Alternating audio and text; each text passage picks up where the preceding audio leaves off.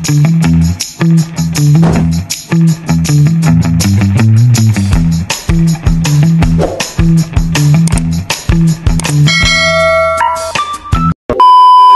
guys! So for today's video, para to guys sa mga nagtatanong dyan, bakit daw po ganito yung nangyayari sa kanilang mga comment section.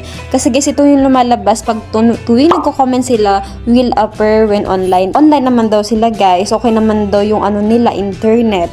So natatakot sila na baka ano daw nangyari sa kanilang Facebook. So first guys, ang gawin ninyo, make sure po na talagang maayos yung data ninyo. Ayan, make sure nyo talaga yung data ninyo kung malakas.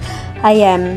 And after that guys, kung okay naman yung data ninyo and ayaw pa rin, yung Facebook ninyo guys, ito, itry nyo muna po yan i-uninstall. Ayan. Tapos punta po kayo ulit sa Play Store ninyo.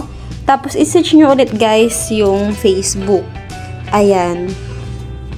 So, i-search nyo ulit guys. Tapos, ayan, check nyo kung update. Baka tulad dito guys, update. Baka kasi hindi lang updated yung Facebook ninyo. So, i-click mo lang yan hanggang sa mag-update. Pero kung open guys ang nakalagay, ayan, i-install nyo lang siya kung install yung nakalagay. So, sa akin, update pala kaya kailangan pala natin minsan i-update. Tapos, pangalawa guys, pumunta ka lang sa settings mo. Tapos, hanapin mo guys yung apps. Ayan. Itong pangatlo guys. Tapos, i-click mo yung Facebook mo na apps na yan. Tapos, pindutin mo yung storage and cake. Tapos, pindutin mo lang guys yung clear storage tsaka clear cake. So, minsan kasi guys, puno na ng yung storage natin sa Facebook. Kaya minsan nagloloko na siya.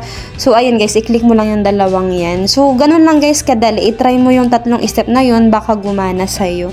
So, yun lang guys.